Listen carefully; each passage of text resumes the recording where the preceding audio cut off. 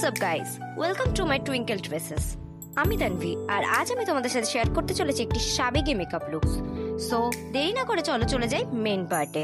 প্রথমেই বলছি যে মেকআপের জন্য কিন্তু স্কিন প্রিপেয়ার করাটা খুব ইম্পর্টেন্ট। তো সবার আগে ওয়েট টিস্যু নিয়ে তোমরা তোমাদের স্কিনটাকে খুব স্মুথলি ক্লিন করে নেবে। নেক্সট আমি পিএসির ময়শ্চারাইজার ইউজ করব। তারপর সপারেল প্যালেট থেকে আমি আমার স্কিন টোন অনুযায়ী শেড নিয়ে নিলাম। তোমরা কিন্তু চাইলে তোমাদের স্কিন টোন বুঝে তোমাদের নিজস্ব পছন্দ মতন ফাউন্ডেশনও ইউজ করতে পারো। তারপর একটা ফ্ল্যাট ব্রাশ দিয়ে স্কিনের উপর অ্যাপ্লাই করে নেব। তারপর একটি বিউটি ব্লেন্ডার দিয়ে ভালো করে ফেসের উপর ব্লেন্ডিং করে নেব। ফেসের সাথে সাথে কিন্তু আমরা একেবারে গলা, চোখের উপর এবং কানও ভালো করে মেকআপটা ব্লেন্ড করে নেব। নেক্সট আমরা কনসিলারটাকে অ্যাপ্লাই করে নেব এবং সেটাও খুব সুন্দরভাবে হালকা হাতে ব্লেন্ডিং করব। তো এবার চলে যাব নেক্সট কন্ট্যুরিং পার্টে। তো কন্ট্যুরের ক্ষেত্রে কিন্তু আমাদের গলা, নাক, কপাল সবকিছু খুব সুন্দর আর শার্পভাবে কন্ট্যুর করে নিতে হবে। তারপর কন্ট্যুরটাকে খুব ভালো মতন ব্লেন্ডার দিয়ে ব্লেন্ড করে নেব।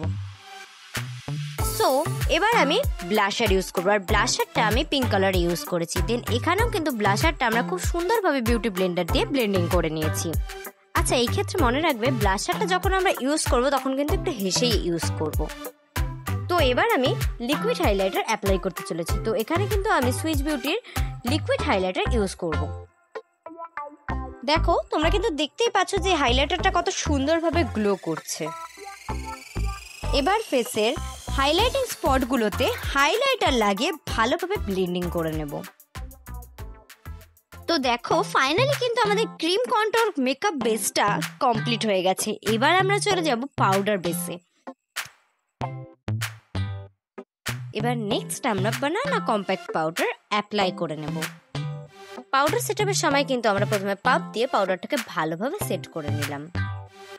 পরিমাণে কিন্তু একটু বেশি পাউডার আমরা ইউজ করলেও পরে একটি ফ্লপি ব্রাশ দিয়ে আমরা মেকআপটাকে ঝেড়ে নেব। দেন তাতে যে এক্সট্রা পাউডারগুলো থাকবে সেগুলো কিন্তু সম্পূর্ণভাবে ক্লিন হয়ে যাবে। তো এবার আমরা নেক্সট স্টেপে যাব। নেক্সট আমরা কন্ট্যুর পাউডার দিয়ে ভালো করে আমরা নিজের ফেসটাকে কন্ট্যুরিং আর শার্প করে নেব। আচ্ছা, এই ক্ষেত্রেও কিন্তু সেম প্রসেস হবে। কন্ট্যুর করার সময়ও আমরা আমাদের ব্রাশটাকে ইউজ করার আগেই ভালোভাবে ঝেড়ে নিয়ে তারপরে আমাদের স্কিনে আমরা কন্ট্যুরটা অ্যাপ্লাই করব। তাতে এক্সেস যে কন্ট্যুর পাউডারগুলো রয়েছে সেগুলো পড়ে যাবে আর আমাদের স্কিনটা কিন্তু বেশি ডার্ক লাগবে না। চলো যাওয়া যাক নেক্সট স্টেপে। নেক্সট স্টেপে আমরা ইউজ করব ব্লাশার।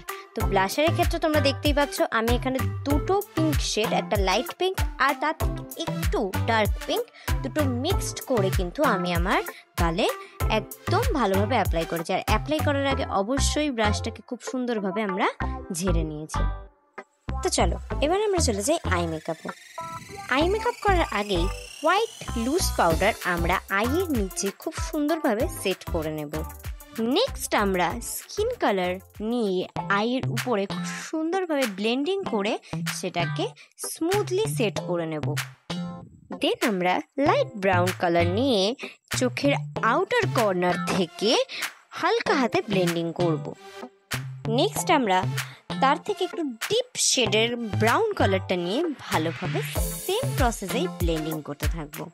ভালো করে ব্লেন্ডিং করার পর নেক্সট তার থেকে আরেকটু ডিপ ব্রাউন কালার নিয়ে আমরা কিন্তু আমাদের আউটার কর্নার আইয়ের সাইডে ভালো করে ব্লেন্ডিং করে নেব। নেক্সট ডিপ ব্রাউন কালারটা নিয়ে আইয়ের নিচে ভালোভাবে স্মার্চ করে নেব। তো এবার আমরা কাজল পরে নেব। তো কাজলটা পরার সময় তোমরা দেখতেই পাচ্ছ যে আমরা আউটার কর্নারটা কিন্তু আইয়ের যথেষ্ট মোটা রেখেছি আর ইনার কর্নারটা সেই তুলনায় কিন্তু খুবই সরু রেখেছি। তো আউটার কর্নারটা একটু বাইরের থেকে বার করে মোটাভাবে আমরা ড্র করে নেব, কিন্তু ইনার কর্নারটা সেই তুলনায় সরু করব। এবার ভালো করে কাজলটাকে স্মল একটা ব্রাশ দিয়ে ব্লেন্ডিং করে নেব।